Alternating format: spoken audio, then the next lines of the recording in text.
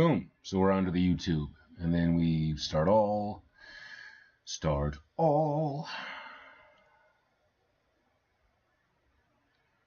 I just don't know what the fuck to do with myself.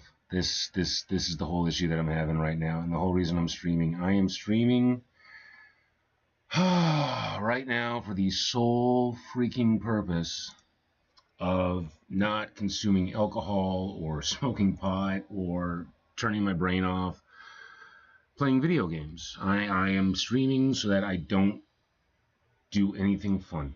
That's why I'm here. I'm here to not have fun and to try and get my shit together.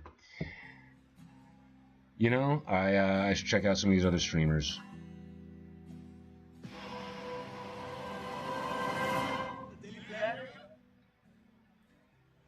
What's up, guys? Now here we have Skyler Gisando, our Jimmy Olsen. Skyler, there we go. How does it feel to be here at the Superman World Premiere? Superman World Premiere. To be here with Supes. Yeah, let's check out some other stuff. Let's see what other people are doing. I guess what's happening. Like this Kai Cenat. Who the hell is Kai Cenat? Someone mentioned that someone was suggesting I should draw him the other day. So. What the fuck? So we got the whole roster outside. Listen, oh my mother, listen, this word to my mother, chat. Yo, TGG, code. This word to my mother. I'm going to break down exactly how everything happened from my POV, because I was watching Duke stream. I'm going to break down exactly how everything happened. So, this is fucking meta. So, I'm watching a stream of a dude watching another stream. This is some Robert Downey Jr. Tropic Thunder level shit. Davis, you pussy, Davis, where my mother? You did not do it. You not on that drill. You sold. Where my mother? You sold. You was not on that drill. Nobody ain't people besides Duke. Y'all niggas did not get back. Y'all should take no pride in that get back. He said a bad word. Finesse security. Gave belt ass true back down here on feet, nigga, like real soldiers. Y'all niggas had Duke come. Then you want to such a blazer. That sounds so good. You dick eating so much, Davis. You dick eating so much. You walk in the room while Kyrie X this shit on my channel and gonna say, "My go." Davis, you saying that? Go get back. Now! Go get back. Go get back. You ain't do nothing, Davis. Fuck you talk about. Let's move forward. Come this way. Okay. Davis, you gotta pop it on niggas, bud. Look at this. They threw this from right here. Look. The fuck? They threw this from on top of the balcony. Flipped the couches. Where they pulled it from? Bro, they got fucking hookah flavor. Hookah flavor on the sink. Flipped around couches. The fuck? Okay. Oh! Well, he should be flattered. He's got some white guy problems. A That's. large touchscreen keeps everyone happy. The all-new Subaru Crosstrek. Dog tested. No, I'm done. I'm done with that. It's ridiculous. And we got Jinxie. Jinxie's interesting. I'm trying to figure out this streaming thing. I don't even know what the fuck I'm doing right now. Not up there. Like, oh shit. Okay. I'm just trying to stay sober-ish Let's go, and minions feeling the a bridge. little fucked up at the same time. Have snow ready. Low key, I would just snow anyways. Have the arrows ready. He's gonna Mega Knight on top, but the witch is gonna live. Have the arrows ready. Oh my god. Oh my god. Oh my god. Oh my god. Okay, we're fine. We need to reset with another witch. No, we're not. No, we're not. Eat the bandit. Eat the bandit. Eat the bandit. Okay. Okay. Eat the bandit. Eat the bandit. You have the arrows on the bat, so you have the arrows on the bat. All right. This stuff is just ridiculous, man. Nice, nice. He's gonna have another ability. He's gonna have another ability. Make sure to defend the. Just get rid of that. That voice is annoying on that. Gosh, what am I gonna do? So, got a haircut, which this is the first time. Oh God, this is the first time in over 20 years that I went and got my haircut by myself. Typically, my wife comes in, she talks to the stylist, she sets everything up, she sits in the chair next to the stylist and talks to the stylist while I'm getting my haircut.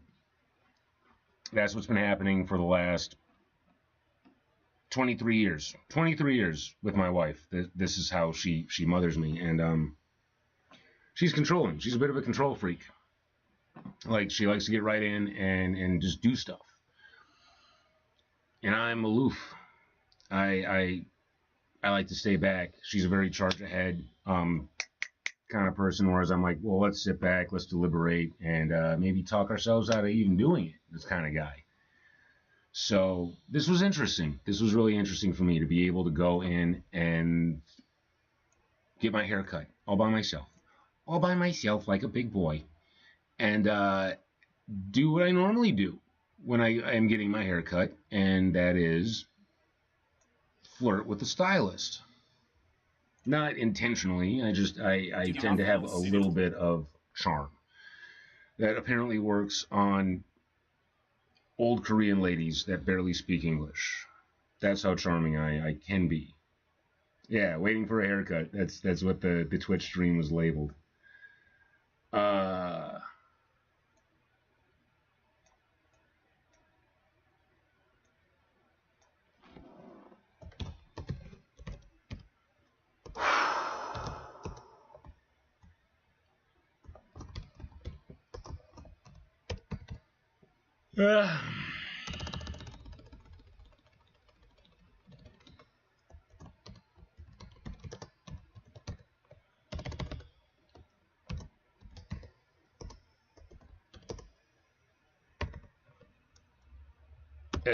It's an ugly number. It's an ugly number. I don't like that number. I don't like that number at all. It's a bad number. I'd rather that be somebody else's number, not my number. Fighting addiction, better habits, drawing, practice, growth. All right. So, change the title.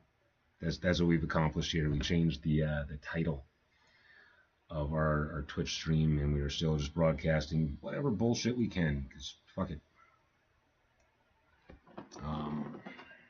Yeah. Haircut for the first time in 23 years by myself without my wife. It feels good. It feels good. It's nicely layered. I was supposed to have a job interview today, but I managed to miss it thanks to my own technical mishaps and being just confused and a little bit out of it.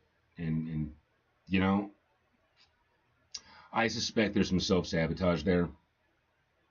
It's the thing about being human. We do tend to sabotage ourselves a lot. Put limits on ourselves that shouldn't be. But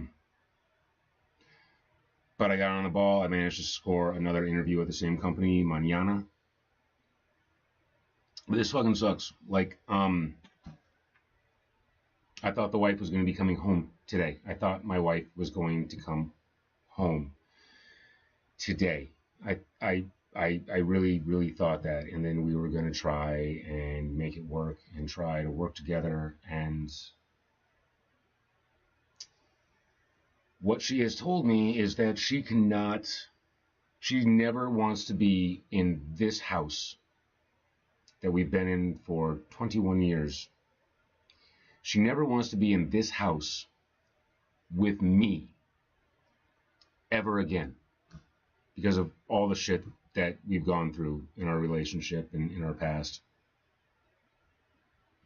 And that is really, really rough. So she is staying at her dad's like a fucking teenager.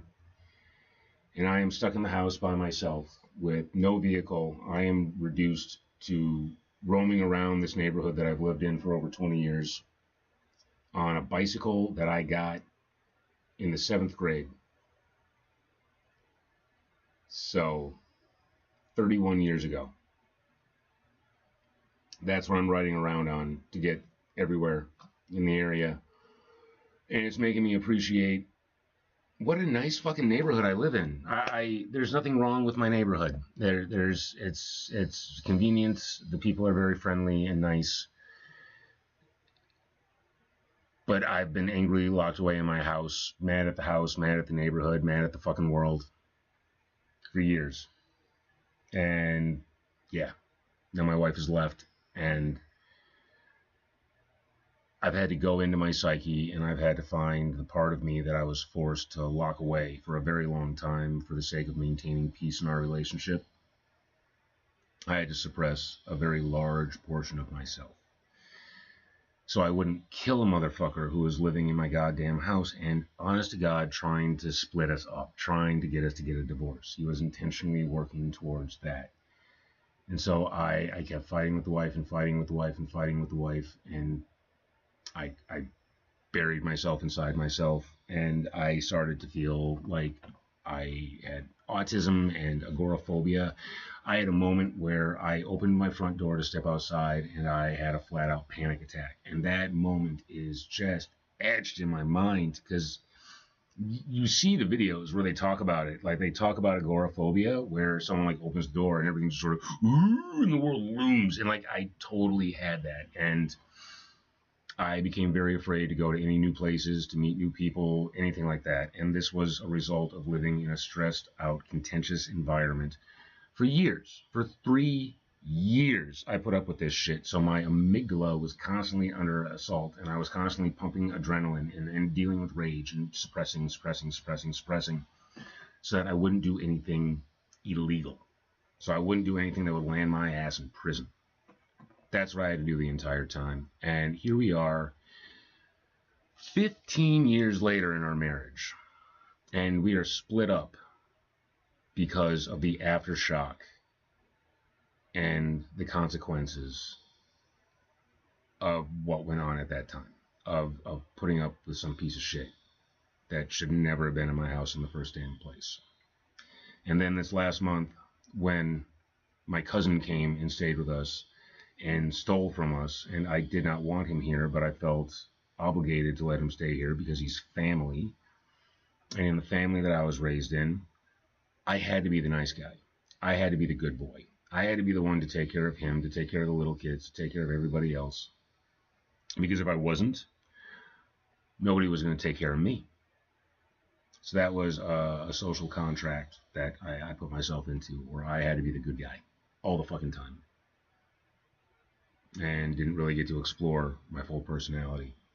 And so with this dude in my house wanting to fucking kill him every goddamn day, every fucking day. Like I had to remove all the blades from my basement so that I wouldn't stab him impulsively. Like that's the level of self-control I was having to apply to myself. And it sucked. It was awful. And I never really fully came back from it, unfortunately.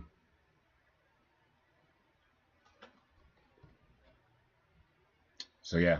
And the wife even brought it up. She said, you know, this is around the time that I noticed this. This is around the time that this happened, that you had this change. And yeah, I had to suppress my dark side. I had to suppress my shadow. And you should not suppress your shadow. It's a part of you. It's there to help you.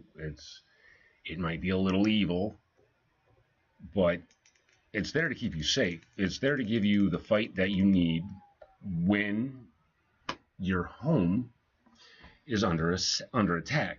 And my home and my marriage in particular was under attack. And I hate that.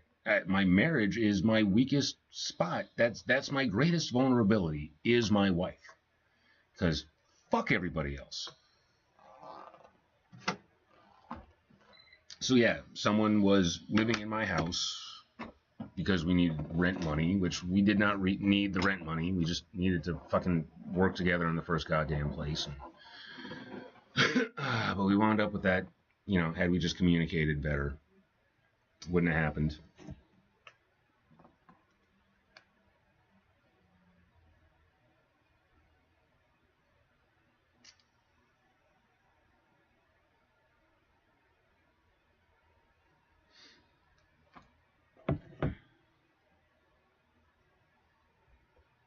So, yeah. Had to suppress my dark side. I was afraid of my dark side. I was afraid of the level of rage that I was having to live with every single day. It was bad. It was so bad. It was so goddamn bad. This was the point when I had to stop sleeping in the same bed as my wife because, I mean, honest to God, I would never hit her. I would never lay a hand on my wife. But I kept waking up in the middle of the night with my fist raised in the air, ready to punch her in the face. And this was happening every single night. I was just popping up, ready to fucking deck her. And I had to start sleeping on the couch. I had to stop sleeping in the same bed as my wife because we were fighting every single day about trying to get this individual out of our house, who, again, intentionally trying to break us up. And he was a pro at it because he had successfully managed to get his parents to divorce when he was a child. So he was repeating the exact same pattern that he had done in his own home to ruin his parents' marriage. And you might be saying, no child ever ruins a parent's marriage. No. One of the first things he ever said to me is after he moved out of his mom's house, his dad moved back in. So his parents quite literally split up because of his, well, such a fucking mama's boy. Such a fucking mama's boy. Which is a narcissist. When you have a mother complex and you expect to constantly be praised and stuff like that, that's narcissism. It's a mommy problem. That's what that comes from. You expect to be taken care of. And instead of taking care of my wife like I wanted to, like I was supposed to, like I was going to college to fucking do, I was being forced to babysit and take care of this fuckwit. So yeah. And I wanted a divorce. I did. It seemed like the only way I was going to be able to get out of this house myself and get away from that fucking piece of shit because of how hard my wife was fighting to protect him and defend him and give him more respect than me at the time.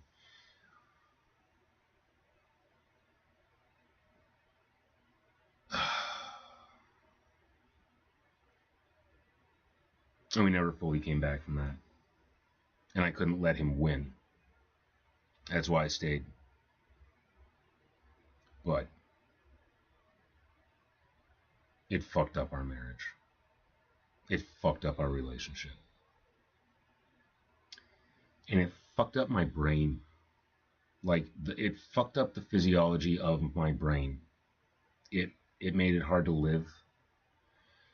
It made it hard to trust anybody, and every single time I would try to trust somebody and there was just even the slightest hint of betrayal, I would blow the fuck up, and I would again have another temper tantrum and feel like I was under an assault and want to assault somebody else as a result, and so I just shut the fuck down. More and more and more and more and more.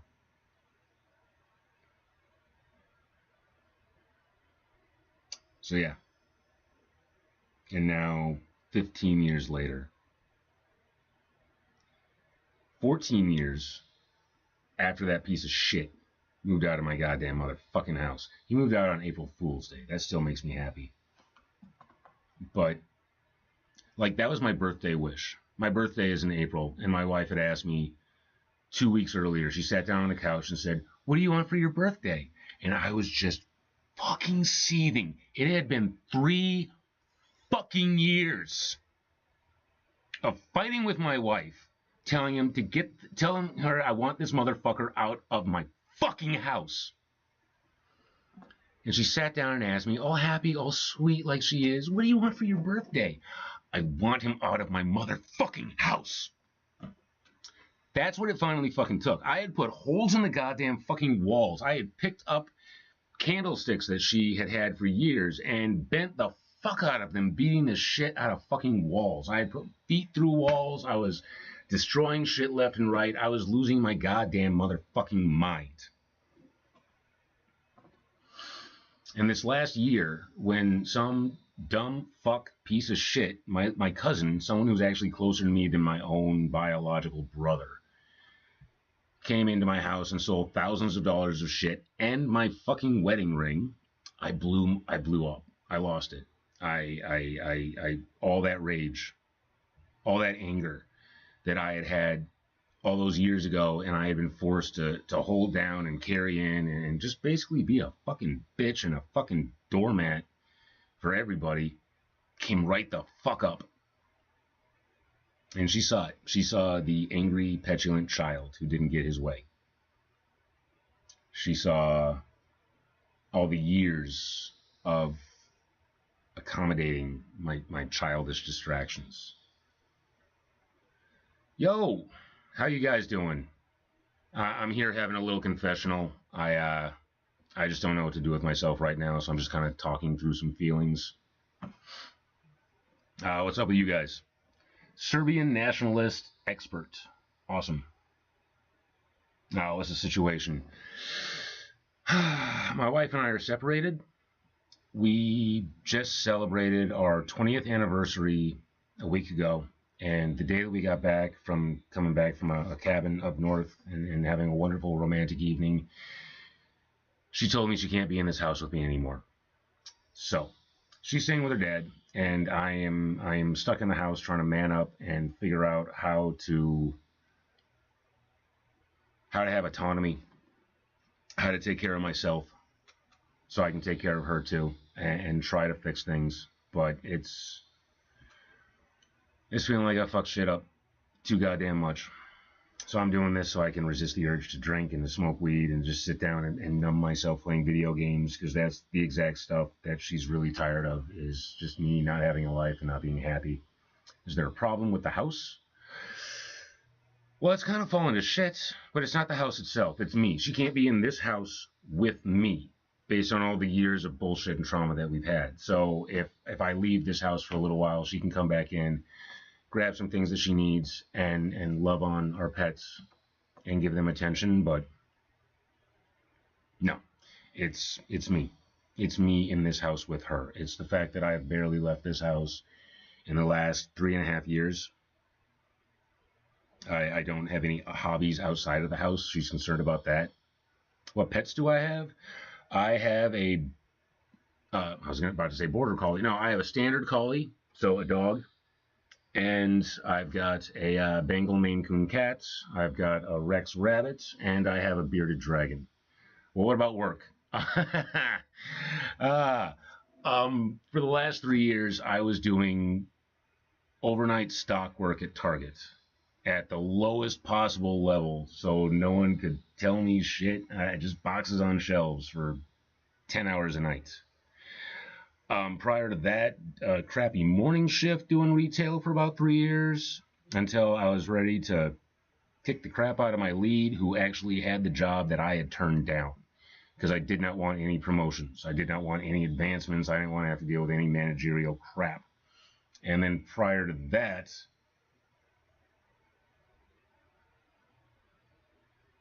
I was a Manny. So, yeah, no, my work life has been completely fucked up.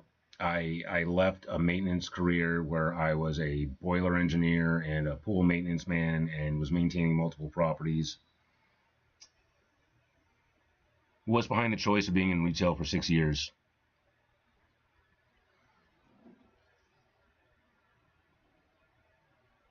Yeah, right. What I was originally doing before I went to college as a maintenance technician, pulling in $5,000 a month, I was doing really good. But I was an idiot kid in his 20s, and I couldn't save money for a damn.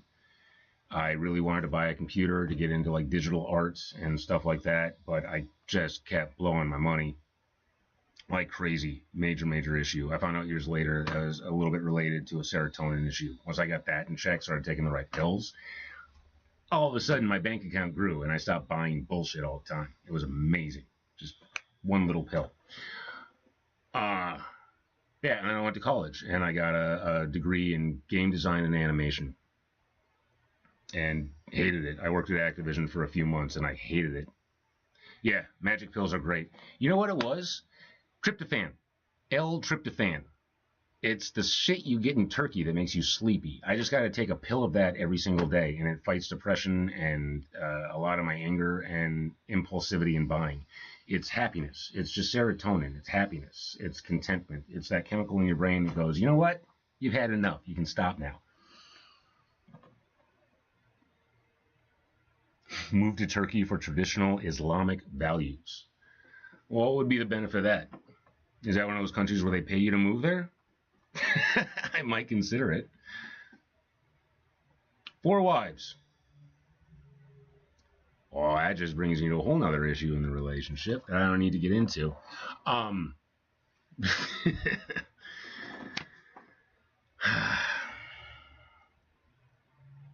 So, you're cheating? No. I'm not cheating. About 3.5 years ago, I tried to set up a 3-way, and I went about it all the wrong way. Like, apparently when you were trying to set up a 3-way with your wife, you should talk to your wife first. I wanted to, you know, oh, hell no. I know I give off that vibe, but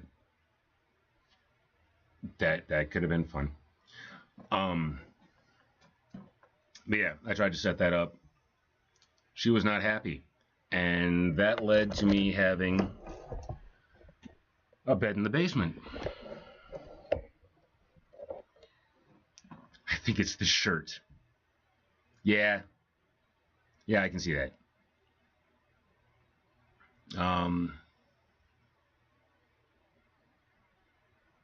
So yeah, there was that issue.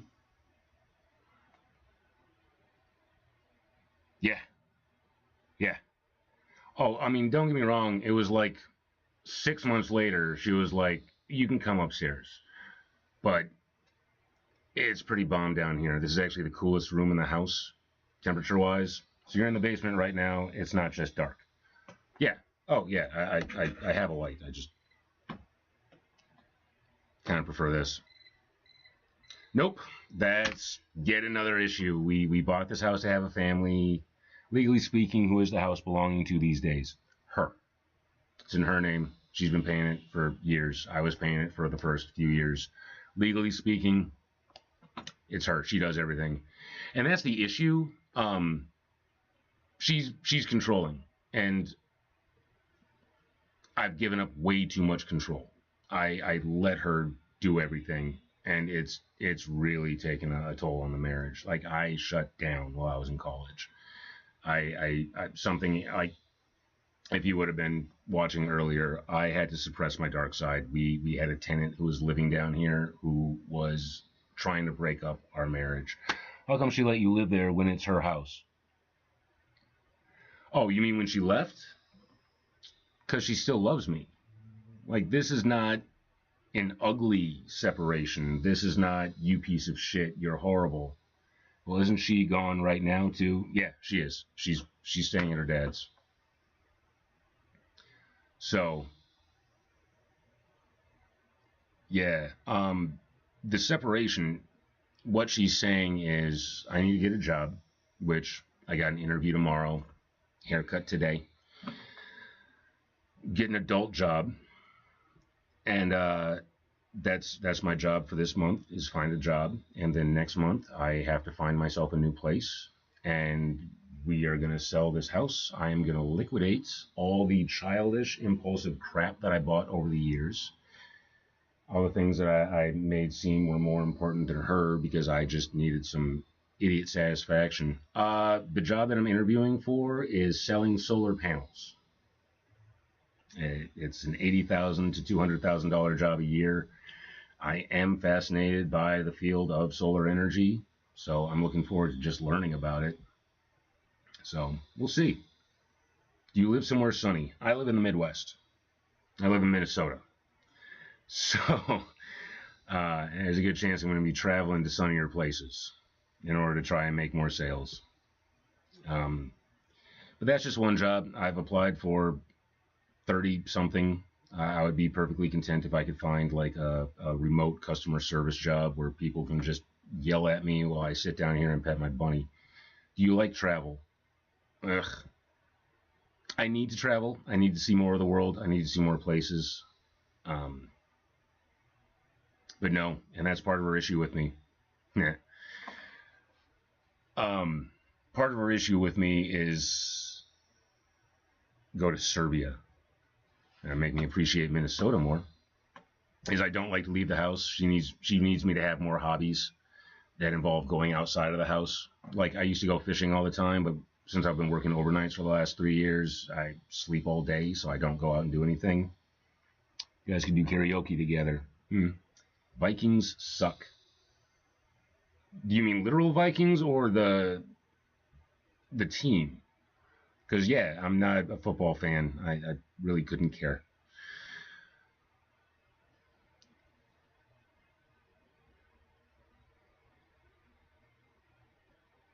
Okay. Yeah.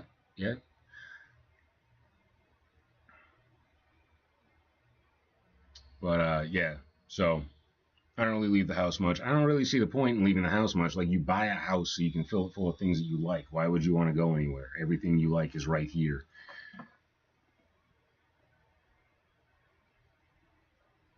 You're gonna sell a bunch of your stuff because someone count as a hobby. Yeah, it's a hobby, but also it's a lot of a distraction. Like, I'm very addictive, and you know, if I'm getting a new place, I don't want the new one to look like, yeah, that's my guitar that I don't play very well. That's one of the things I plan on keeping.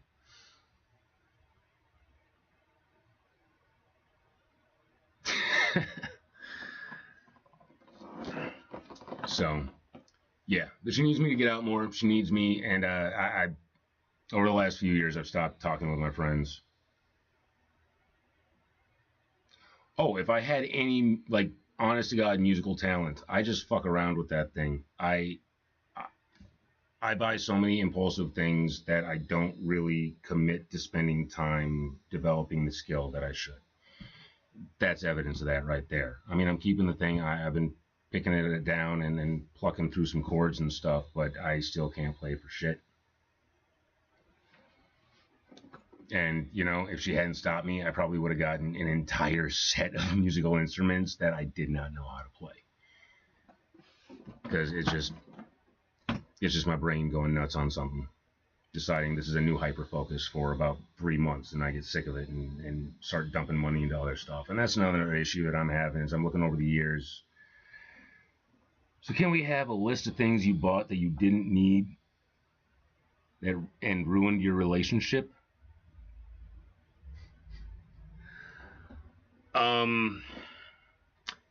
Yu-Gi-Oh cards. When I was early in my 20s, even before we got married, I got into Yu-Gi-Oh cards and was obsessively buying those. And then it was various trading cards. I got into Bakugan for a while. Like I said, I went to college for game design and animation. So anything that involved like unique game mechanics, I would start buying a ton of them and be like, you know what, this is just research so I can create my own product. And yeah, why not Pokemon? When Pokemon came out, the card game, I was working at Toys R Us, and I hadn't met my wife yet. I was still like 18, 19 years old, and I was a Pokemon gym leader back in the day when those things first started up. So I had Pokemon cards. Those aren't cool. I want cool things. Okay. Let's see. What else did I buy that kind of ruined this relationship? Oh my God, like Dakimakura covers. That was something I got into for a while. Body pillow covers of naughty figures. Yeah, I did Pokemon Go for a while. Again, when that came out, she totally supported me on it because it got me out of the house. She was cool with that until she got sick of it when it got a little bit obsessive. And I actually quit playing that a few years ago. I don't think Pokemon is a great game for you. And it was taking all the fun out of walking my dog. And that's like, I tried telling her, like, I leave the house to walk my dog every day. So now it's just you, Jill, chilling. Yeah. Yes.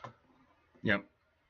And yeah, trying to get stuff figured out, trying to get my life back together, trying to get rid of all these toys and bric-a-brac and action figures and childish crap that I bought in my adult life, because I didn't have much of a childhood when I was a little kid. So as soon as I was grown and I had my own money, all the things that I wanted as a kid were things that I had to have.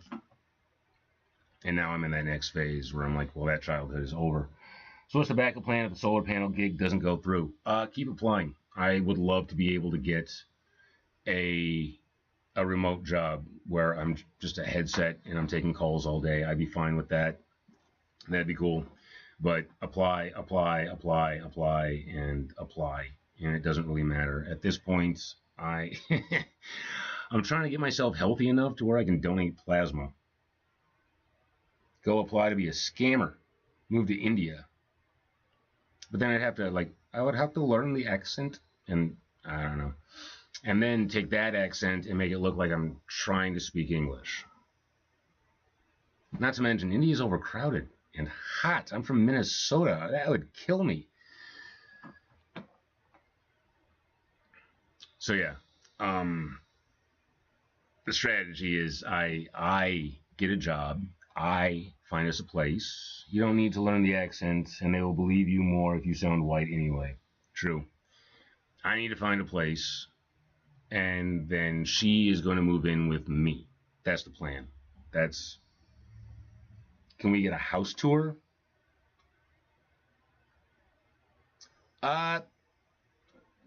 Maybe wait for another stream when I'm just walking through with the selfie stick. I'm sitting at the laptop right now. She is in agreement on selling the house. Yeah, absolutely. In fact, she's definitely talked me into it. So the plan is we sell the house, take the money, finally pay off my student loans. So those are off and gone. We don't got to deal with those anymore. Get ourselves a little place in the cities that we rent, not own, and take the money and buy some property up north and set up one of those little like plop down cabins. Yep, Minneapolis. And get one of those little like pop-up places from Amazon that goes for like $10,000. We've seen some really cute ones. So yeah, looking to get some northern exposure. That's the plan. We've had 20 years together. God damn it, I want another fucking 20. I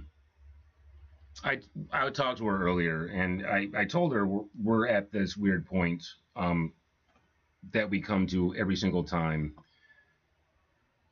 You could be on the front lines of the Canada invasion. Motherfucker, I love Canadians. I love Canadians. And they're a little bit scary. They all play hockey. They're tougher than me.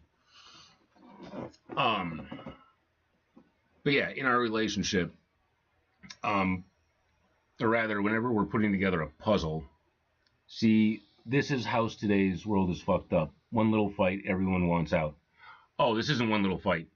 This is not one little fight. Absolutely not. Oh my God, she has put up with so much from me. We got issues going back even before we got married. And I've admitted that. Like, so much of this is, God, no, it's not one little fight. Oh, it's so many fights. It's so many fights. Where did y'all get married?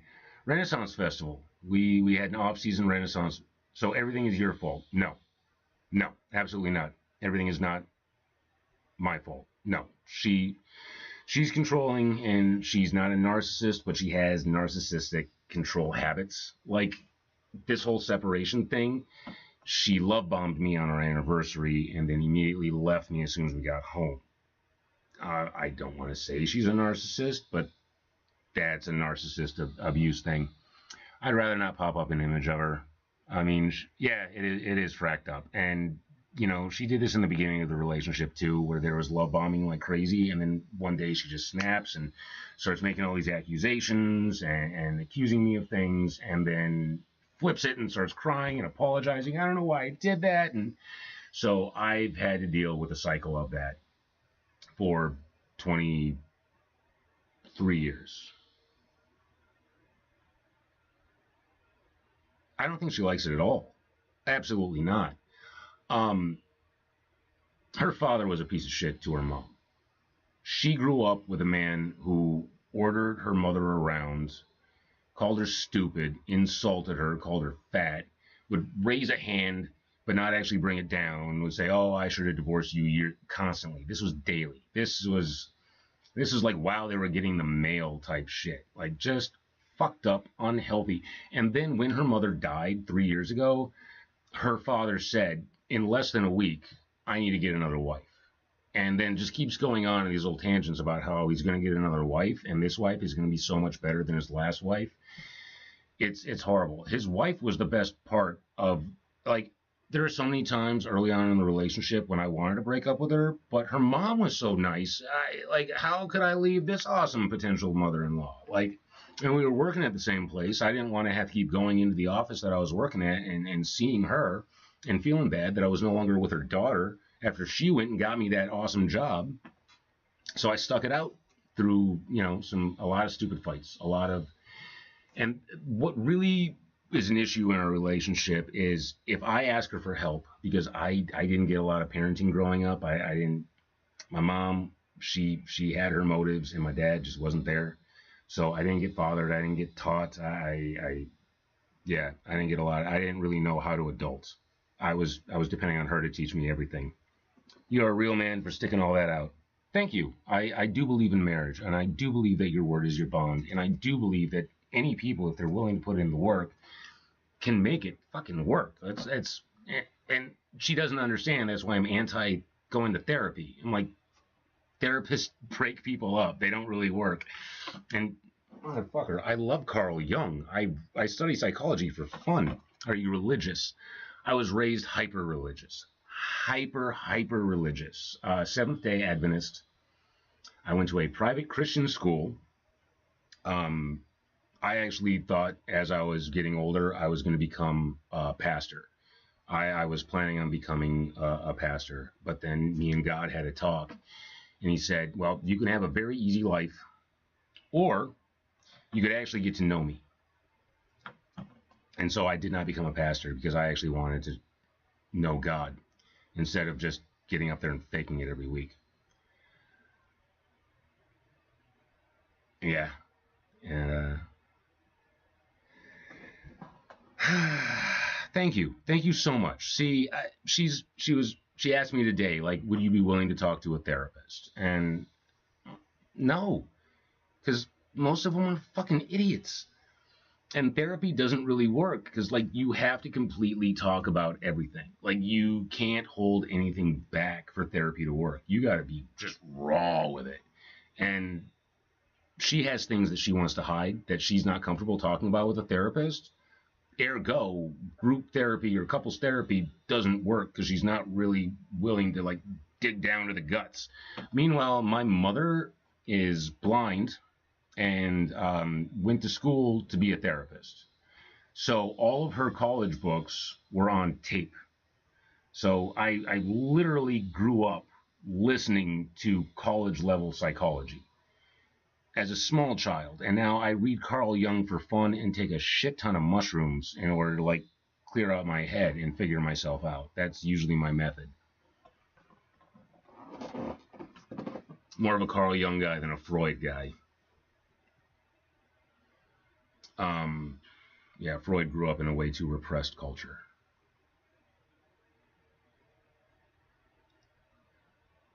So yeah. So that's about where I'm at, trying to figure things out. But going, what culture? Freud was Prussian. And Prussian, I believe, is one of those countries that got, like, swallowed up by Germany as it, it came together, because for European countries, Germany was, like, the last one to get their shit together. And Prussia was very, like, stuffed shirt. Are you pro-Trump or pro-Harris? Before the election, gun to my head, I would have said Trump because I thought we had a fucking system in place to keep that moron in check. And altruists scare me a little bit. After Trump, I just can't believe that he got so many people on his side to support his insanity. Yeah, I'm pro-independent. I wish that was more of a thing. Everything will be better in a few years. Maybe. I mean, I can see some possible benefits. It certainly made my stock portfolio a lot more fun to look at. Yes, we can take over Iran. Do we need it? Why do we want it? I thought Alaska had oil. I thought we had it in, like, the Dakotas or... Yeah, I'm pretty sure the Dakotas are that way. Like, it's supposed to be drill, baby, drill. We're supposed to be doing our own stuff. Supposed to be fracking and, like, fuck the environment. Had to totally shift my portfolio. Damn, all that clean spark.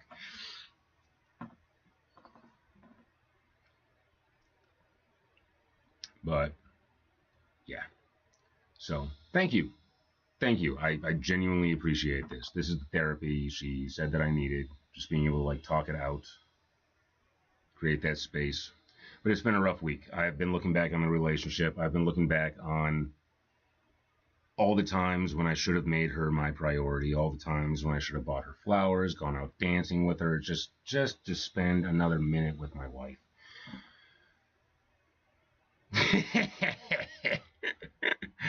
That is so much better than any therapist. Less of a ripoff, for sure. One-time discount. But yeah, no, my wife is amazing. Unfortunately, she has her trauma from her father that she keeps working out on. And I've told her, like, you're strawmanning me. You take out so many of your issues from your dad on me, and she refuses to see that. She refuses to talk about that. She's not comfortable with that. But then, again, she's not a narcissist, but narcissists hate self-reflection, because then you go inside and realize you're not perfect. I was raised by a blind therapist who didn't know how much she was ripping me apart by telling me to constantly go in and introspect. Ooh, self-reflection. Yeah, no, fuck that. Let's go ahead and carry on the psychological aberrations of our parents' fuck-ups on and on and on into perpetuity. I mean, as an evolved human, you got to realize a lot of the suffering that we have in this world is just atavistic nonsense that we picked up from monkeys.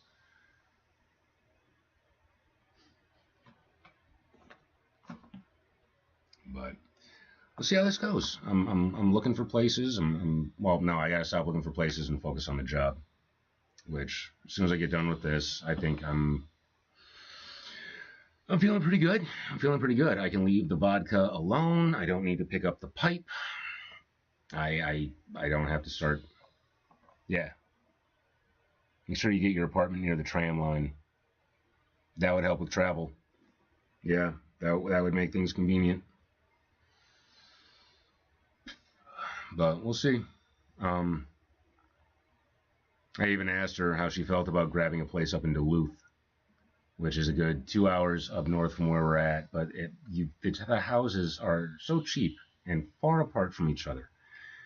Found a wonderful little place for $650 a month. But then again, I'm looking for the solar panel job, or I don't know, wherever I end up working, whatever I manage to get in to get some money. Yeah, exactly. $650 is a steal. Here in Minneapolis, it's $2K a month. Yeah. Yep. And I've seen a lot of places like that. And the other issue is I've got my traveling zoo, so I got the dog, the cat, the rabbit, and my lizard. And so I got to find a place that will let me have all my animals. And, you know, even the pet-friendly ones have got limitations. And my dog is 60 pounds. A lot of places will be like 35 or under. So it's quite a lot. It's quite an undertaking to try and figure that out. And part of the reason that she's a little upset with me is I love my pets. That's my main collection. You just have to pull a fast one on them and lie about your animals. Or be one of these bastards who's like, they're emotional support animals. I got them registered. Like, I could do that shit too. But God, I hate that. All animals are emotional support animals if you love animals. Shit. And then, you know, the whole service animals only. They're all service animals. They all have a service. That's why we have them. Get rid of the lizard and hair. You mean this hair or the actual, or the bunny? But yeah, the lizard and the rabbit, that's a bit of a trick. Most people won't mind the lizard because that's a cage pet. Especially if I'm paying the energy, that shouldn't be an issue. But a rabbit? Ugh. They're so destructive.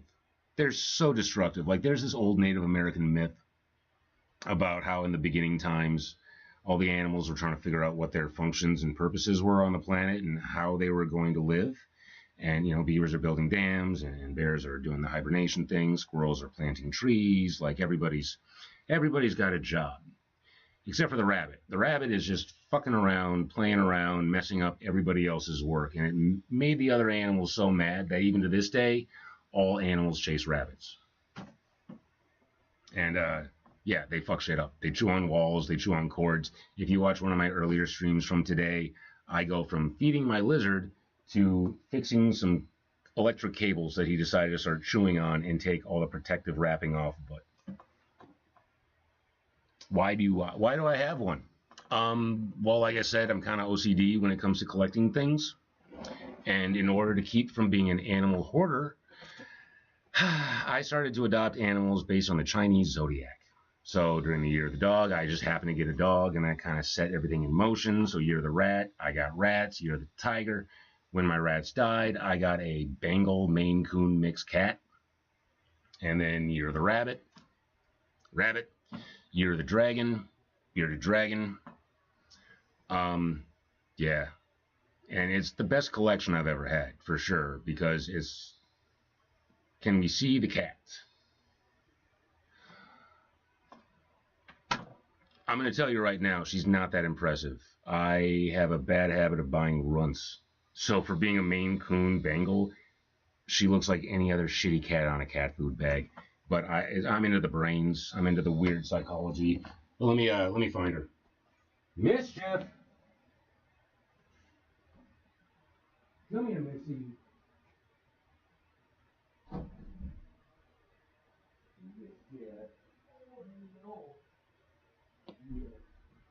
Yes, you were right where I knew you. Yeah, you're an awesome little mouser, aren't you? Yes, you are. Yes, you are. You're such a good cat. All right, this is my little girl, Mischief. Not impressive, just a kitty cat. So you value what's inside. Oh, God, yeah.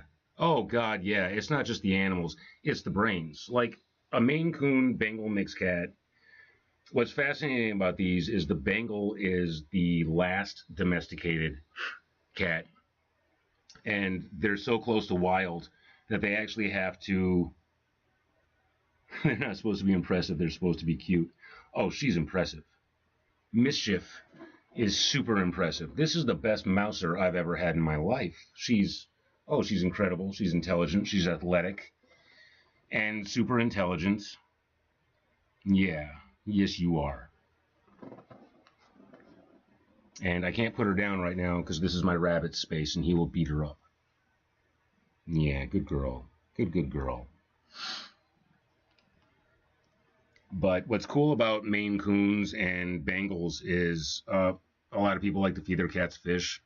Cats don't typically eat fish, but these two breeds of cat will catch fish in the wild.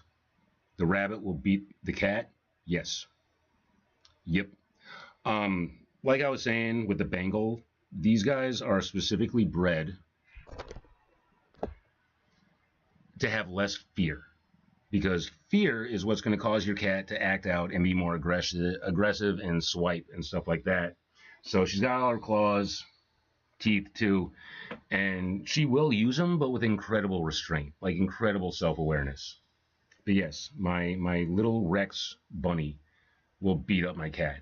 And she likes to pick on him when she can. She will chase him around and stuff like that and instigate, but he's just pure vicious about it.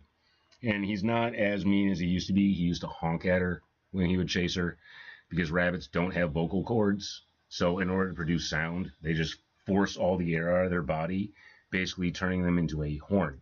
So it's just a honk when they're getting really pissed off. And then they can simulate a growl by chattering their teeth together really loud. But that's part of the reason why bunnies are so destructive too. They just can't come up and be like, motherfucker, my hay bag. Instead, it's like, I'm just going to sit here and tear the carpet up for half an hour. All right, Missy, I'm going to let you down. Yep. Ow. You got me. You got me. Yeah. All right, baby. Let you go.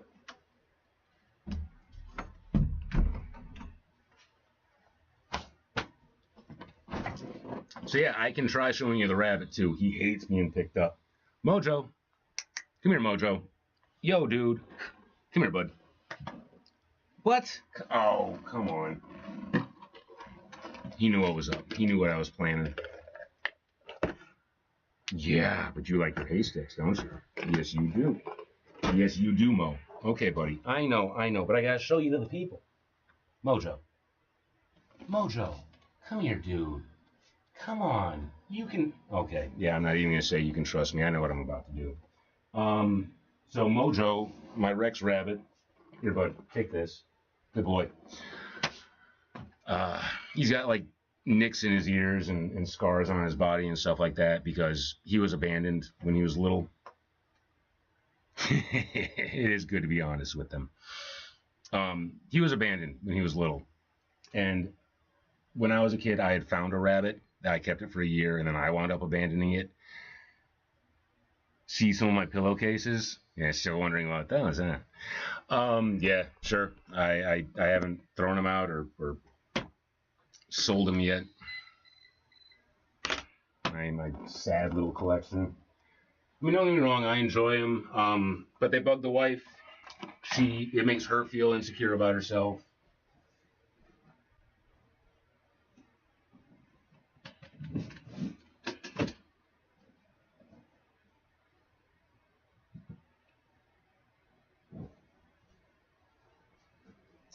Again, little OCD on this stuff, so had to get a variety. Yeah. This will be the one that started it all. The Albedo pillowcase. And what I love about this one is that it's a Dakimakura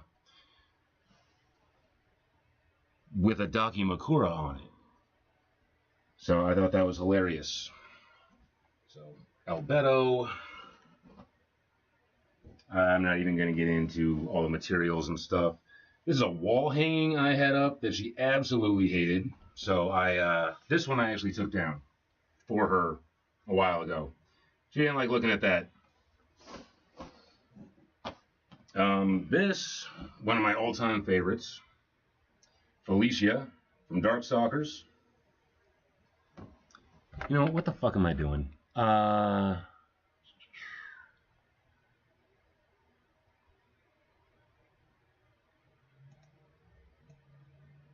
Boom. Oh, like I said, I've been trying to grow up. So Felicia from Darkstalkers. And this is, I don't remember what this is called.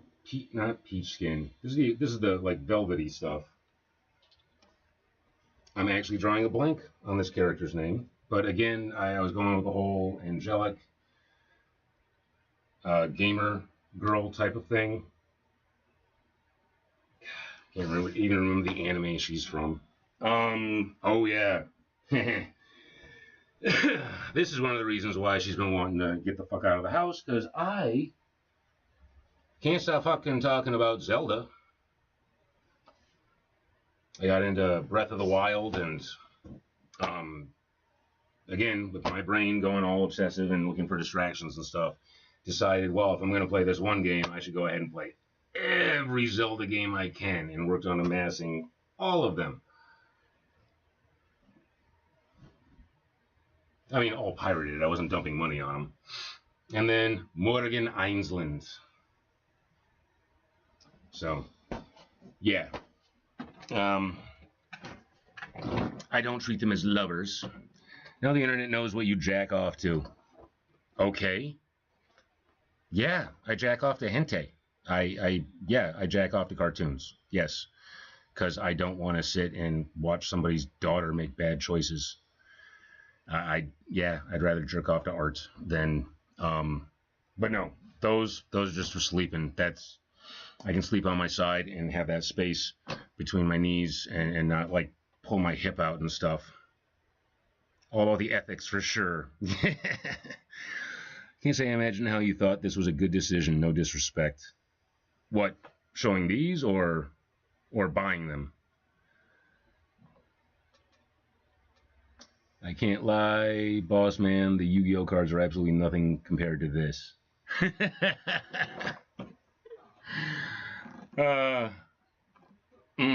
It was a hyper focus for a while. Oh, I have to allow this comment because it has the word jack off in it. Well, fuck. Yeah, I don't give a shit. Why are they stiff? They're not. Motherfucker, they're not stiff. No stiffness. Yeah. Yeah. I can assure you I have not used them for that purpose, but I am a sweaty sleeper. So, yeah, that's pretty gross. I don't think I'm going to be selling those. Oh, according to the AI and the internet, there is a market for them, but no. I'm pretty sure those are just going in the trash. Jacked Ace added permitted term jack off. Proud of me, yeah.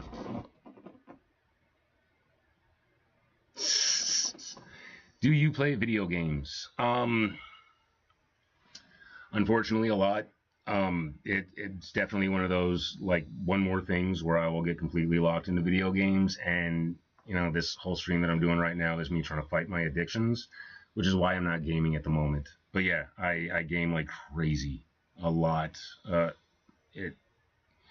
I'm trying to give up virtual achievements in lieu of, like, real life experience.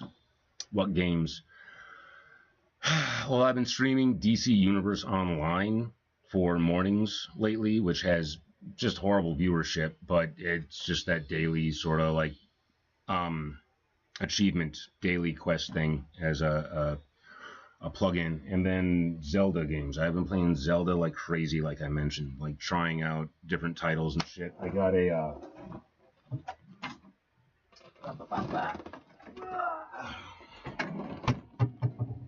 hacked and modded new 3DS, so I've got at least a dozen of this, close to a dozen of the Zelda titles on this bad boy, and this is something that's been a huge mind suck for me, like modding it and hacking it and adding all the stuff to it, because I recently had another one of these stolen by the same fucking douchebag that stole my goddamn fucking wedding ring, and the wife told me if I murdered him for taking my wedding ring, what does the hack do? Well, it's homebrew. Who? Oh, yeah, that's another issue that we had. Earlier this year, my homeless addict cousin got a hold of us, asking if he could stay with us for a little while. And because he's family, and he's actually closer to me than my own brother as far as, like, growing up and such, of course I said yes, of course. And I didn't really want to, well, killing someone over a ring would not be the smartest decision, I guess. No, it would not. But I do have anger issues. And I was plenty pissed, and he attacked me in my most vulnerable fucking spot, which is my marriage. And I don't like that at all.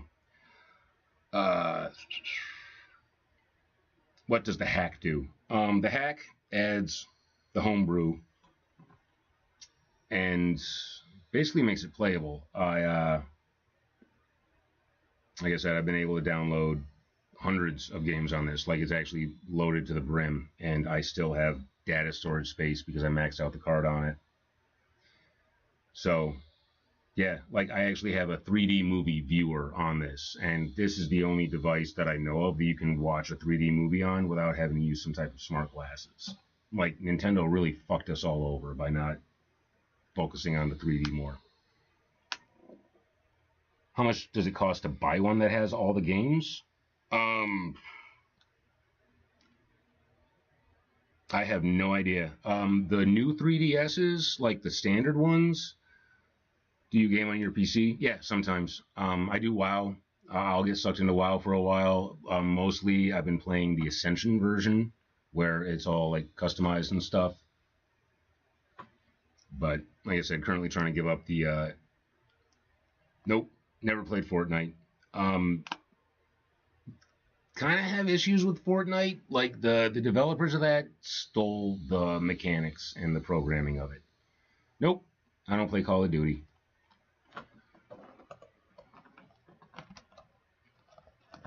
But yeah, these typically go for like $250, just the standard ones, and then the collectibles, like this one, is $1,500. And then the one that my cousin stole, that one goes for like $1,000.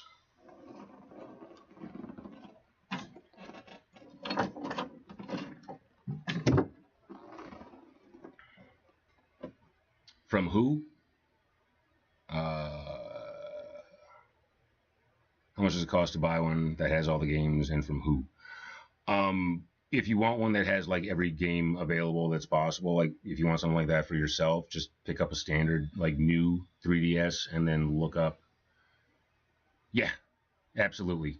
Yeah, Fortnite is a rip-off game that they made pretty and were able to, like, I don't remember the name of the developers. It was a small indie company that was working on it. And what it is when you're using software, sorry, I just got a haircut and my hair's freaking out. When you get developer software like that, you usually have to agree to something, you know, those long, like you just scroll down and just click here and you don't really know what you're reading. And oftentimes you'll find something where like they can take parts of your game. And that's exactly what the people of Fortnite did. It's the Chinese. Maybe. I don't know.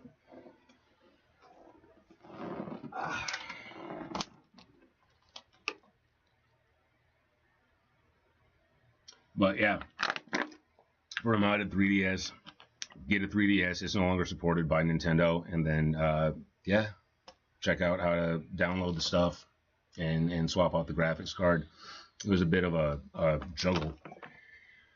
It says Trader Joe's Natural Mountain Spring Water, but it's hot as hell. I don't have air conditioning, and the wife is out of the house. So this is probably just tap water.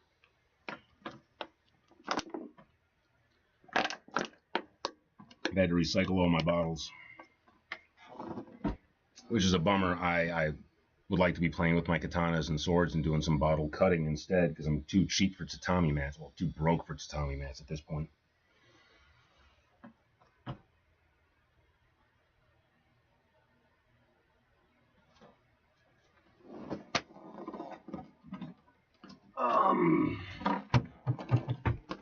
So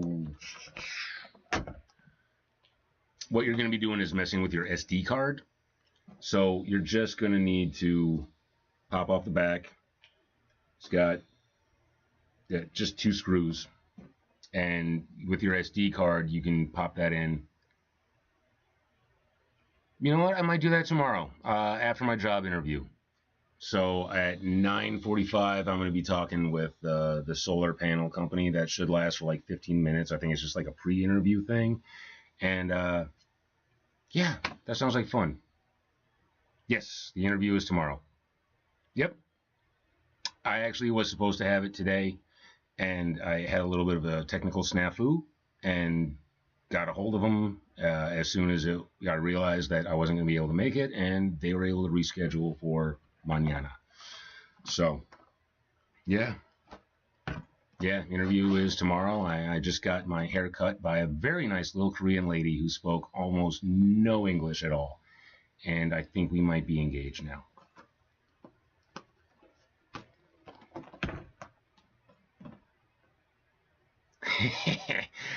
I have been learning a little bit with my wife. We are both attempting to learn Spanish. 6? Okay. Oh, yeah, that's not going to work. I am going out on a date with my wife tomorrow night. She works out. She stays fit. My way of exercising is playing with swords and nunchucks and stuff like that. I'm going to her dance class that she goes to on Tuesdays. I am going to do dance aerobics with her because I never have in all the time that we've been together. And then because it's at a Y, apparently they have family showers that we can use, and she has a bit of a fantasy involving them. So I will be taking part in that. That's my date tomorrow. But yeah, swords are a hell of a lot cooler. I got my swords, I got my bows, I got my staff. Yes, I like to play with weapons. Yeah, I'm a very lucky man. I'm a very lucky man. And I have abused that privilege for way too long.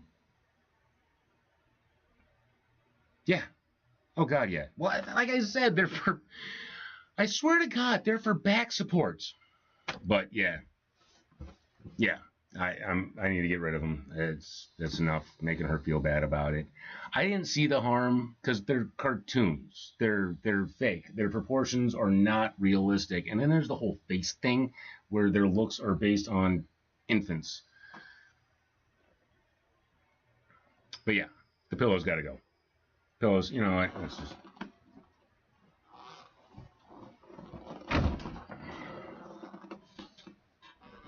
Yeah, that's crap I don't need anything on to. Oh, wait. This is just a plain black cover that I got in order to cover my shame so she wouldn't have to look at it.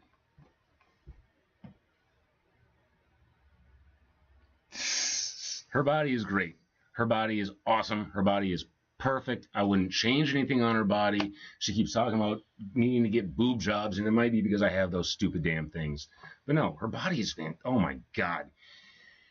Her body keeps on getting better and better and better and better and better. Like, it's amazing. And the fact that we never had kids kind of works out in my favor because everything is still, you know, where it's supposed to be.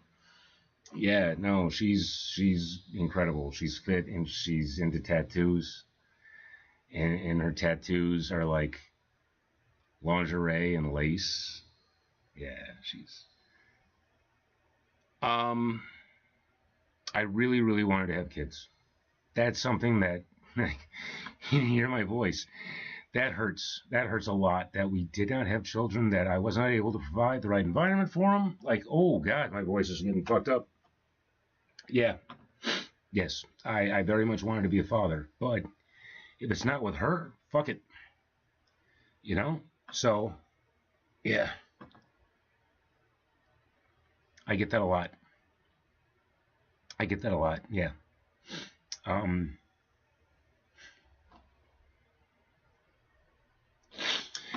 Part of the reason, oh, fuck this voice. What the hell? That is a bitch tone.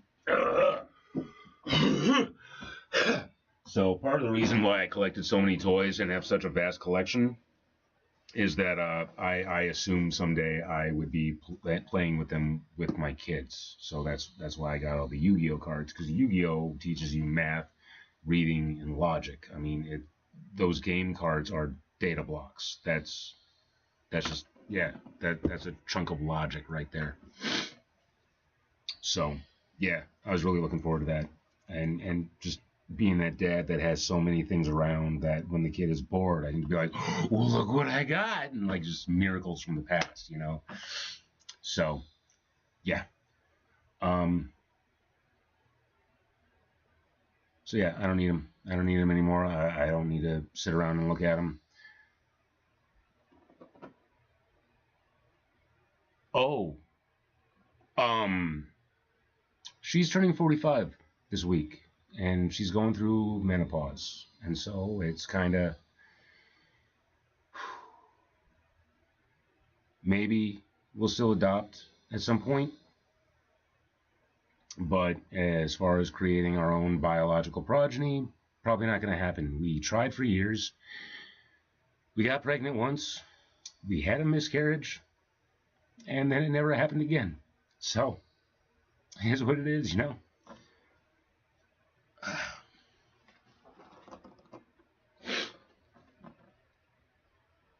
Yeah, I suppose we find another uterus to dump it into.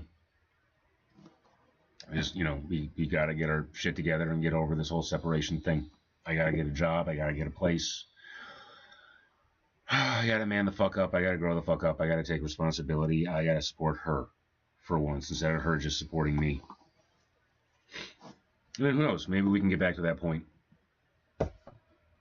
Can you dump it?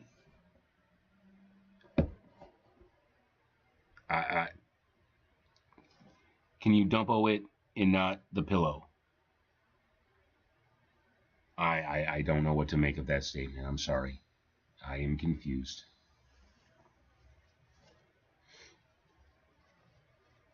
I'm going to mute this real quick so you don't have to hear this sound.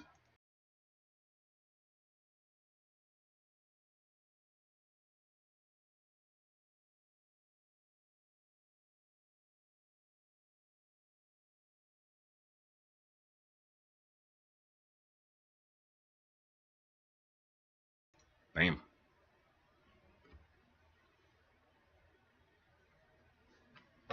So yeah, we'll see. Maybe a surrogate, but you know what? That kid isn't gonna need a bunch of crappy ass old toys. I mean, really, the biggest bulk of my action figure collection are Beast Wars Transformers from back in the day. Like, you don't give those to kids. They're small parts and they break easily and they warp. So, thank you a lot. I really appreciate you guys. Yeah, absolutely. I'm currently in the pre-state of eBaying my stuff. In fact, I was planning on going through, figuring out the price on the Beast Wars Transformers in particular today and start setting up lots for Facebook Marketplace.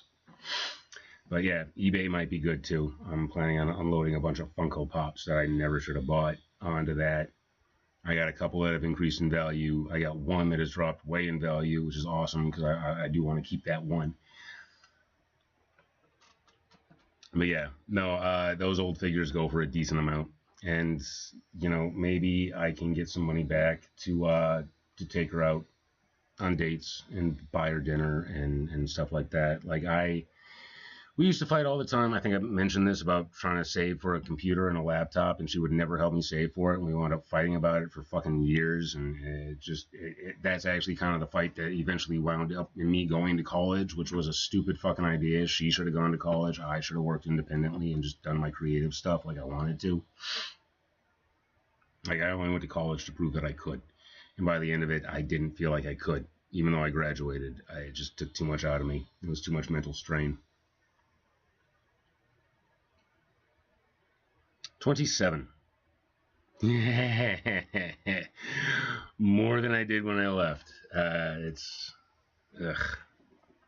got out of control. A lot.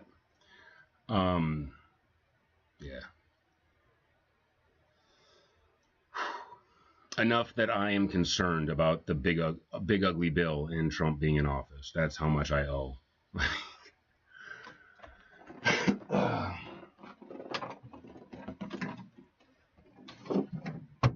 I think at this point we might be able to get it down to like 45 or something. Yeah. Oh God, yeah. Oh yeah.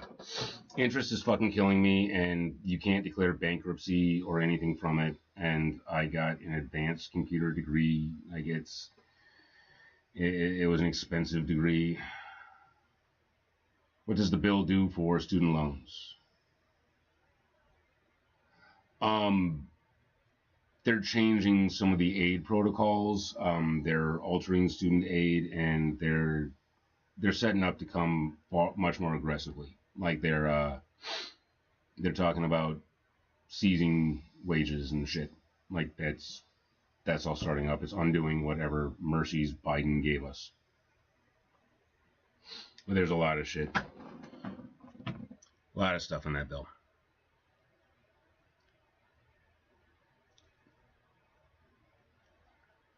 Let's see what else.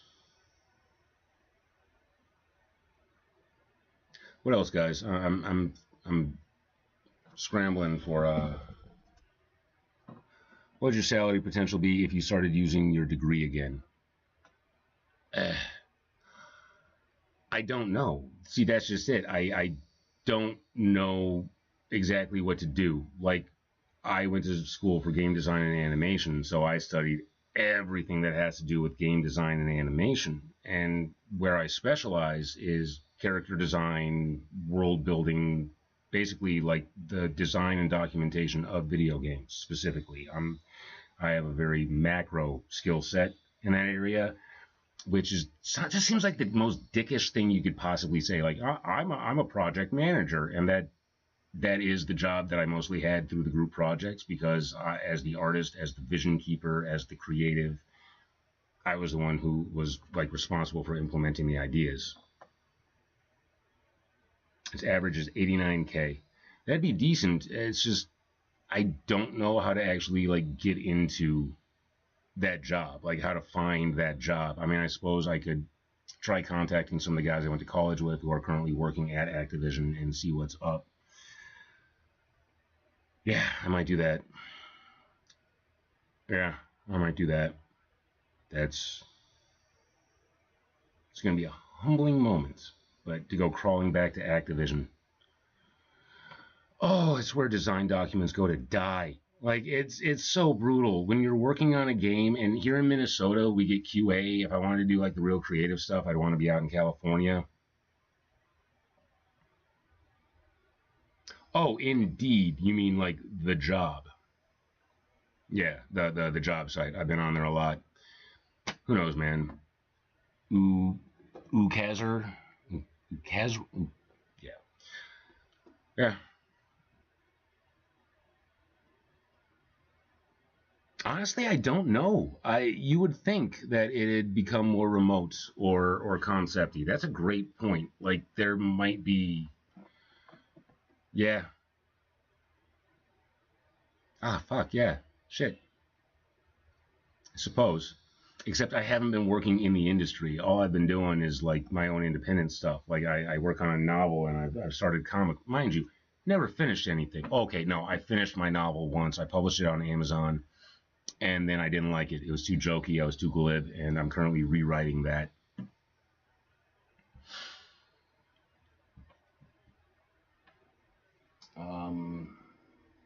Yeah, I suppose. I don't know how I would get back into it, but I suppose.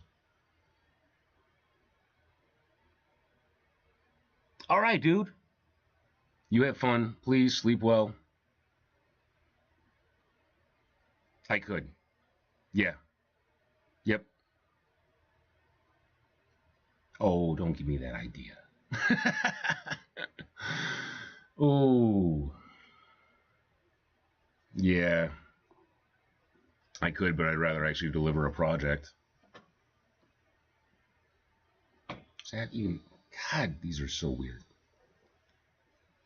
But yeah. Yeah, new hair. Doesn't know what to do.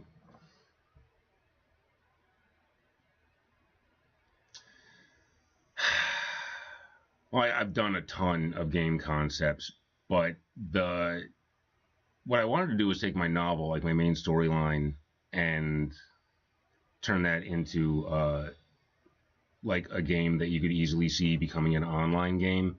So the basic concept is you've got a couple of characters. One is weak, one is unbelievably strong, and you need to get across the map to some key point, and there are storyline points throughout the map. So every time you play it, you're taking a different path to get to the ultimate end stage. So sort of like an adventure. Like it's not. I guess it would be an open world level based kind of design as far as the mechanics, and then your level of difficulty that you play on is based on what character you play in the story. So basically, like, how do you create one game that has maximum replayability? How do you create a game that has as much value for the player as possible? And mind you, I was designing this stuff before the whole, like, the nickel and diming began. Like, that's when the stuff was just beginning. Yeah.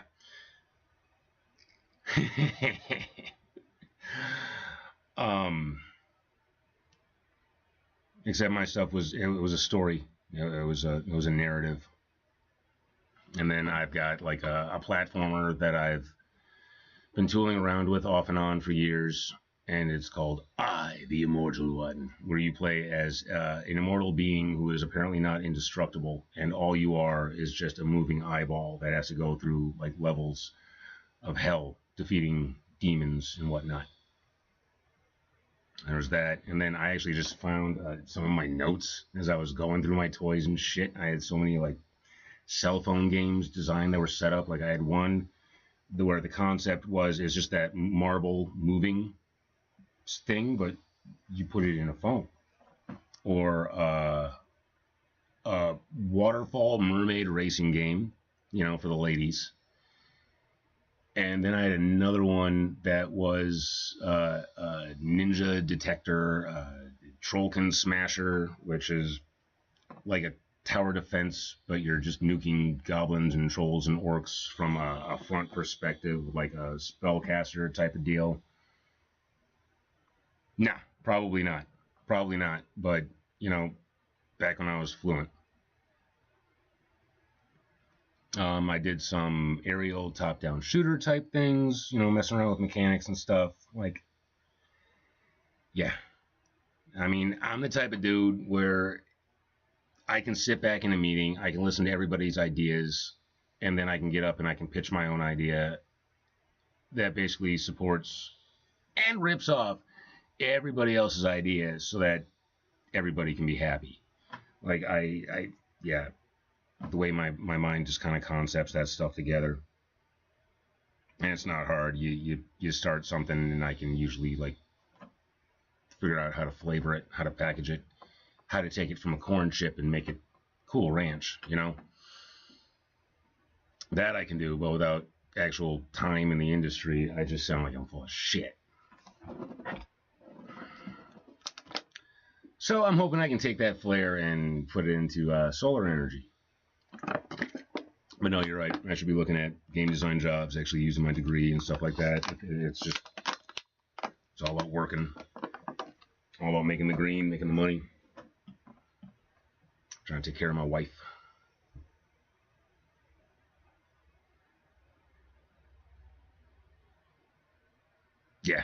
Yeah. That's true. Appreciate that. Yep.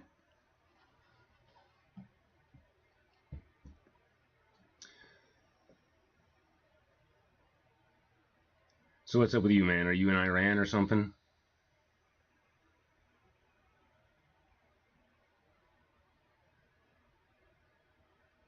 One. I published one novel on Amazon as a soft release. Okay.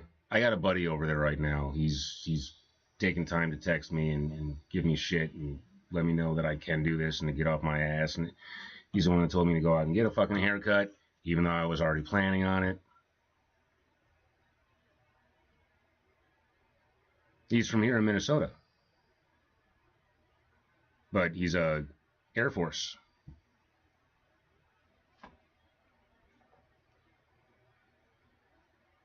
Oh, he doesn't live in Iran. He's working there right now.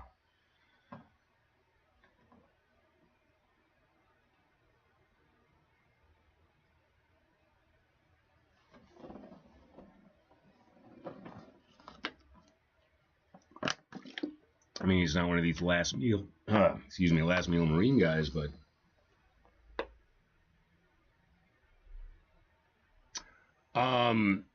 according to him, he's avoiding the bombs.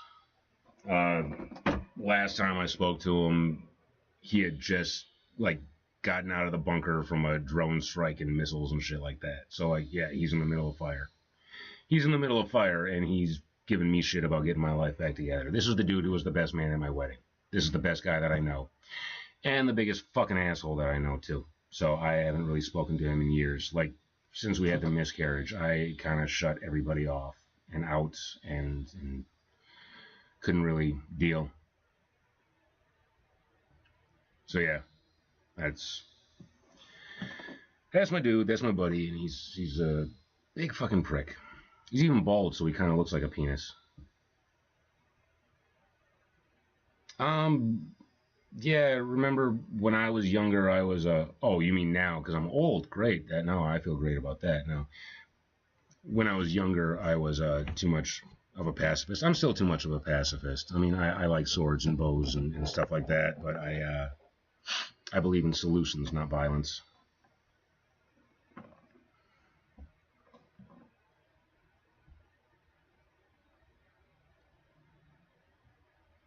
So how you doing, man?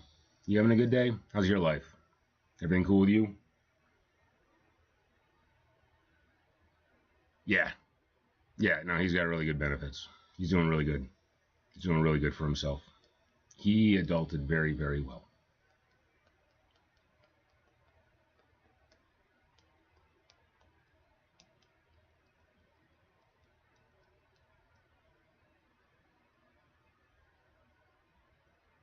Yep.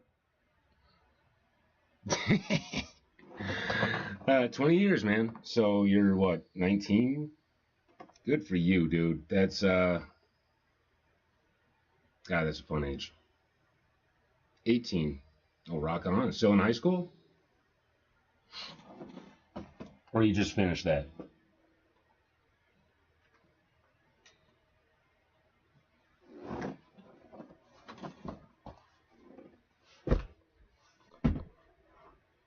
awesome. Hell yeah. Dude. 18 years old, just graduated from high school. That was the most fun summer ever. Oh my God, that was one of the best summers of my life. That was... that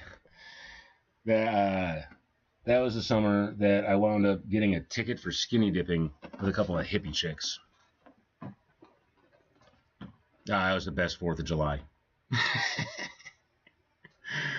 Yeah, that was some independence right there. That was fun. That's cool, man. So you planning on college, or are you going to be smart about it? Well, who knows, dude? It's still just starting. I mean, yeah, you didn't have that 4th thing, but you got more stuff to do. But yeah, it was a blast. It was a blast. It was. And then I think the next year I went up to Alaska for the summer. Yeah, I went up to Alaska for 3 months with Lee, with my dude who's over in Iran. We were up in Alaska, and that was cool. I wound up working in a lingerie store in a mall. That's cool. Yeah. Yep. And they hired me to paint graphics on their windows. So that was really neat. At 19, I was just spending my days just painting a whole like elaborate club theme, like human figures type stuff. Oh my God, it's amazing. Dude, if you can get up to Seward, Alaska, and oh my God, the ladies, they're so I don't know, aggressive. I'm kind of a shy, awkward guy, so I appreciate quirky women. And Alaska is great. Now, I will tell you, though, there's like 10 dudes for every one chick. So the fact that they're so aggressive can be a little bit frightening. And it's the #1 state for STDs. But a lot of fun. Great fishing. I think what was cool about staying up in Seward for a while, because I was up in Seward for about a month, and we were living just outside of town. And at that point, I had a job washing dishes. And so I'd have to walk into town every morning because he would get up super early to go out on a fishing boat. And there was a wolf pack that was running loose in the area that there was a warning about. So I was walking like 2-3 miles into town every day on high fucking alert looking for a pack of wolves. And I would totally do that all over again. That was great. That was great. Like when I was up in Alaska, I was commenting, we were at a red light, and I'm like, dude, how come I haven't seen any moose up here or anything? Lee is like, oh, you mean like that? I look over, there's a fucking moose at the curb waiting at the stoplight to cross. Like it was awesome. And yeah, I like animals, I like wildlife, so there's plenty of it up there. In space, it's like Minnesota, but like 0.5 times bigger. Like everything is just the aisles are just a little bit bigger. Yeah, it was very cool. But yeah, you should definitely travel. That's one of my biggest regrets, is that I did not travel in my youth, and that's one of the issues that the wife is having. Okay, so you're more of a people person. I mean, Anchorage is a pretty big city, good crowds, roads are shit, but it's a good capital, and it's completely crowned by mountains all the way around it. So you kind of feel like you're in a nice little earthen bowl.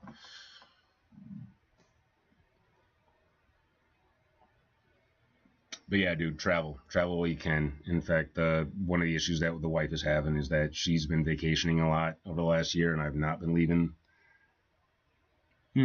Yeah, the convenience. But I haven't really been leaving the house, and with my limited funds, because I've been working crappy retail and only part-time, and with all my animals and my concerns, yeah, so I haven't been traveling with her, which is such a bummer. I hate it, I really do, but I let her go because she wants to go. But yeah, deep down she hates it. It bugs her. It bugs me. Gotta get her shit together. Everywhere. She wants to see the entire world. That's what she wants to do. She wants to travel everywhere. We're talking about someday retiring down in Puerto Rico. getting ourselves a little place down there. But she wants to go everywhere. She wants to see everything. And, you know, I would too. I've got my own dream vacation spots. I would like to go to various temples and sanctuaries around the world that are for animals, like the monkey temples in India. I think they got rat temples there. There's a tiger reserve that's completely run by monks. Like, these are places I would love to see.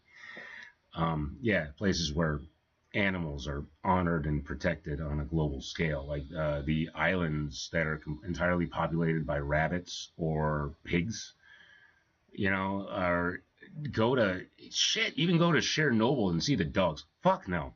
Oh, God, no. Life needs life in order to consume. I eat animals. I love animals in every respect, and I think they're delicious. No, life is pain. Now, in fact, I've got hunting gear. I've never been hunting, but I would totally go hunting. Right? You know, one of those cool little tickers, just tick, tick, tick, tick all the time and stuff. But yeah, I'm curious about their dogs. I'm really curious about the dogs that have like evolved and developed there. Another place I like to go, what is it, Kentucky? There's a place in Kentucky or Alabama that has the highest population of salamander species in the world. Oh, is it? Oh, wait. You can go to Kiev, but Chernobyl is closed for tourism now because it's... Well, who's doing anything about the dogs then? Shit.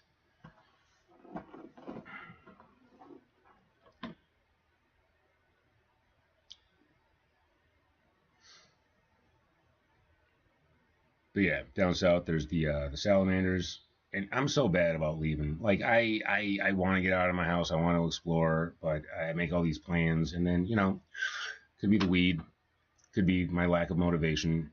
I've been studying a lot about how marijuana affects judgments and dopamine levels and serotonin. You've never seen a salamander? I mean, they are pretty evasive little herps.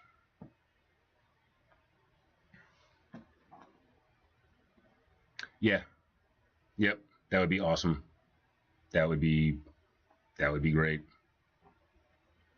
Another like interesting place that I should have checked out and didn't when I wanted to was there is an abandoned military base in Wisconsin. So just one state over. And the tiger salamanders that have fallen into the big vats and drums that they have there can't get back out. So they fall in and they'll lay their eggs, and then the babies are never able to leave that environment. So you have a group of eastern tiger salamanders that do not evolve past their nymph stage. So they keep their gills and stuff. So it's a bizarre evolution that's limited to an area that it was like temporary. Like it was just something that was like, I would have loved to have seen that and like taken one of those because it was a unique phenotype of an ant. Yeah, I like my unique stuff, you know, like my I think they like paved it over, took care of it. I'll have to check that out, but I'm not sure if that even still exists. But it was like a decade ago that I was reading about it, so I'm a little skeptical that it's even around anymore. But I like weird animals. Like my bearded dragon is a hypomelanistic translucent, so he is lacking the black pigment, and he's got like a clear sort of quality to him to make him like shine and be a little more brilliant. But at the same time, got a bargain on him because I bought a runt that the breeder was honestly considering like destroying. So he's my little science experiment to see if I can give him enough proper nutrition and environmental conditions to like help him overcome his runtiness.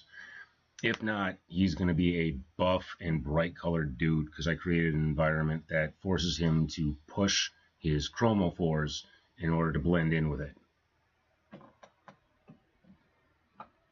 Yeah. Neat little guy named Riz.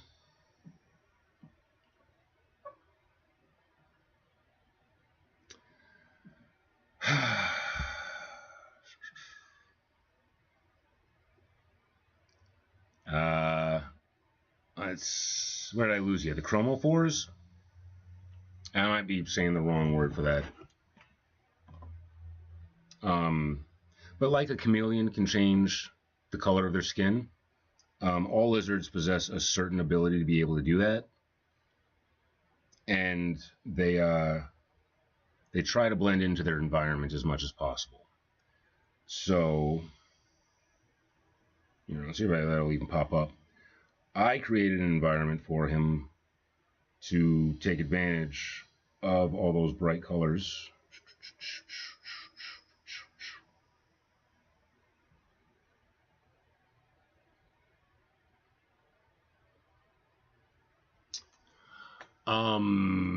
Geckos. There are quite a few species of geckos that do that. Yeah, like day geckos. Like the, you know, how's your car insurance? That little bastard. Except day geckos are gross. They don't just lose their tails. They lose patches of skin and stuff too. But there's a ton of lizards that will regrow their tails. Bearded dragon isn't one of them. But yeah, geckos are known for it, especially the New Caledonian species, except the eyelash or crested gecko is one that does not regrow its tail. But it is adorable when it does lose it. And then, you know, there are cases of like the tokay gecko, which can, and they don't just like chop off. No, these lizards will actually detach their tails. Fuck it, take it. The tokay gecko can drop its tail, but it would much rather try to kick your ass. And of course, that's the next lizard that I want to get. It's just about one of the most aggressive, smaller species you can get. Really. But also super intelligent. Super, super intelligent. And I do not have a pic of my lizard tank. I mean, I got that. You can see that. That is a Castle Grayskull cave that I made myself entirely out of styrofoam and grouts and paint and polyurethane. And my little lizard is up there on the top, being all proud. Well, they're not. It's for the taming down. That's what it is. It's for the taming down process. So a tokay gecko is the most intelligent member of the gecko family. In fact, the word tokay actually means gecko. So their name is gecko gecko. And that's the sound that they make. Like, so it's a Pokemon. Like their sound either sounds like gecko or tokay. So it's a Pokemon. They're super intelligent and they're familial. So they have a reason to hate people because we go in and we separate them from their families and whatnot. But they're highly defensive and they can become friendly. It takes a long time to tame them down. And that's the process because that's the neurological process that I'm so fascinated by. Because I like to tame down animals with positive reinforcements and to try to encourage them to do what I want them to do and think that it's their decision. That's what the taming process is to me. And what a lot of people will do is just grab their animal, hold it against their will, and be like, trust me, love me. And they're breaking the animal, in my opinion. What's happening in those cases is synaptic pruning. Cortisol levels rise, the brain starts to shut down, and the neurological pathways just, I'm just not going to do this. Kind of like how being married with my wife has made me a bitch, because she does everything. And can be kind of abrasive. And I'm like, oh, okay, dear, fine. Just keep being hot and fucking me.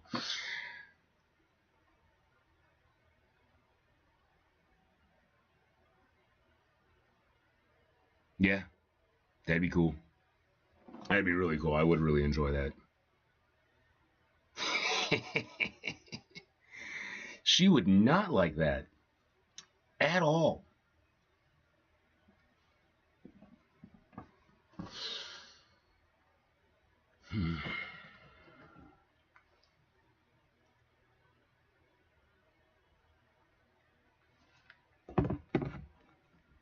So, man, I really appreciate this, but I think I'm good.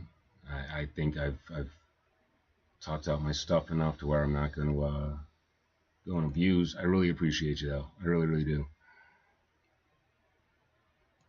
Go ahead and send you a follow. Appreciate that.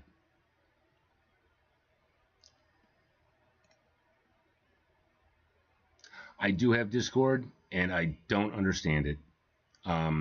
Jack Dace. You can look me up on that. But peace out, buddy. I appreciate you. As I like to say at the end of my casts, try to be just 1% better than you were yesterday. It's not a lot of effort. Doesn't take a lot, but if you can do that for a year, you will have completely turned your life around. All right. Thanks a lot, man. I appreciate that so much. You have a great night.